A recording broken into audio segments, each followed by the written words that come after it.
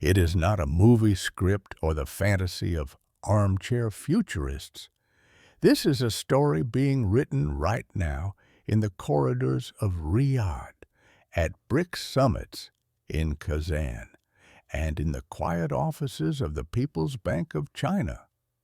It is a narrative about how the greatest empire in human history, which once controlled every breath of global trade, began to crumble, not from barbarian hordes, but from its own debt, pride, and a total loss of touch with reality. This is the epic chronicle of the Great Reset, where instead of the roar of cannons, there is the dry rustle of treasury bonds that no one wants to buy anymore. The fall did not begin with a sudden explosion. It started with the quiet termination of an agreement that had held the world in a velvet grip for half a century. For decades, the petrodollar was the lifeblood of the global system. Every barrel of oil sold anywhere on the planet translated into demand for the American currency. It was a brilliant mechanism that allowed Washington to print wealth out of thin air, exporting inflation to other nations while importing real goods for next to nothing. But in 2024 and 2025, this foundation cracked. Saudi Arabia, once the most loyal financial vassal, began accepting yuan, rupees, and digital currencies. This was the first tolling of the bell, signaling the beginning of the end for Pax Americana. The world suddenly realized that the American dream had been living on a credit card for the last 20 years, a card whose limit had exceeded $35 trillion. This is a figure that the human mind cannot truly comprehend, but which the cold mathematics of the market feels acutely. The emotional roller coaster of this era has been staggering. From boastful speeches about the indispensable nation and the infinite growth of the S&P 500, to the icy terror in the eyes of bankers when they saw that the interest payments on the national debt had surpassed the entire U.S. military budget.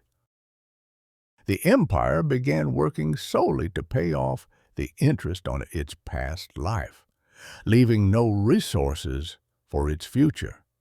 Look at the streets of American megacities today.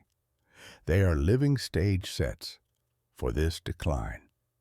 Kensington Avenue in Philadelphia, a zombie apocalypse fueled by the fentanyl epidemic, has become a mirror of economic hopelessness.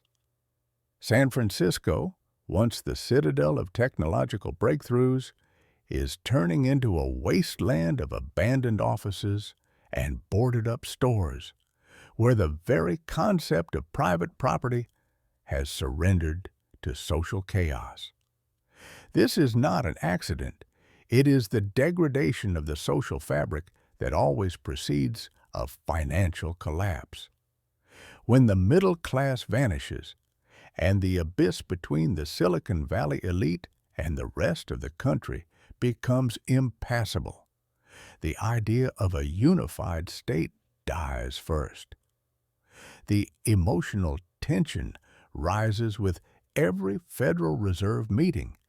Every attempt to tame inflation feels like trying to put out a fire with gasoline. The world watches as Washington weaponizes the dollar, freezing the assets of sovereign nations. And this has become a fatal error. Who wants to keep their savings in a bank that can block your account at any moment for incorrect politics? A great flight from the dollar zone has begun. The global South, which for centuries endured the dictates of the IMF, has suddenly seen an alternative. The creation of new payment systems, independent of SWIFT, has been for America what the severance of trade routes was for Rome. But the most terrifying developments are happening within. America today is a country at war with itself. Political polarization has reached a point where the states no longer listen to the federal center. Texas and Florida are beginning to conduct their own economic policies, effectively using White House mandates. It is an epic fracture. Half the country wants to return to industrial greatness, while the other half wants to dive into ideological experiments. When internal unity is lost, any external shock becomes lethal. And then comes the moment of truth. The major holders of American debt, China, Japan, the Gulf states, begin to dump treasuries in sync. The market is flooded with paper that no one wants. Interest rates skyrocket into the stratosphere. This is that exact emotional roller coaster moment where yesterday's millionaire wakes up a pauper because the value of his assets was just a digit in a system that no longer guarantees anything. Banks begin to fall like dominoes. This isn't the 2008 crisis that could be drowned in money. This time, the money itself is the problem. The story of the end of America is not a story of poverty. It is a story of the loss of trust. The world no longer believes the Hollywood image because the reality on TikTok shows empty shelves and looted trains in California. It is a psychological break of global proportions. We see the center of civilization shifting east. Beijing builds railways across the continent, while the U.S. cannot repair a bridge in Baltimore for months. This technological and infrastructural impotence is a symptom of deep systemic rot. What epic finale awaits this era? It won't be a big bang. It will be a long, painful withering. The former superpower will be forced to turn inward, dealing with internal separatism and infrastructural collapse. The dollar will become a local currency of North America, losing its status as the global hegemon. The fleet that once roamed all the oceans will rust in ports because the government can no longer afford the fuel or the maintenance of bases worldwide.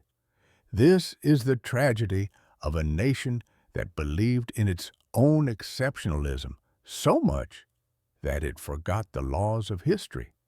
Every empire has an expiration date.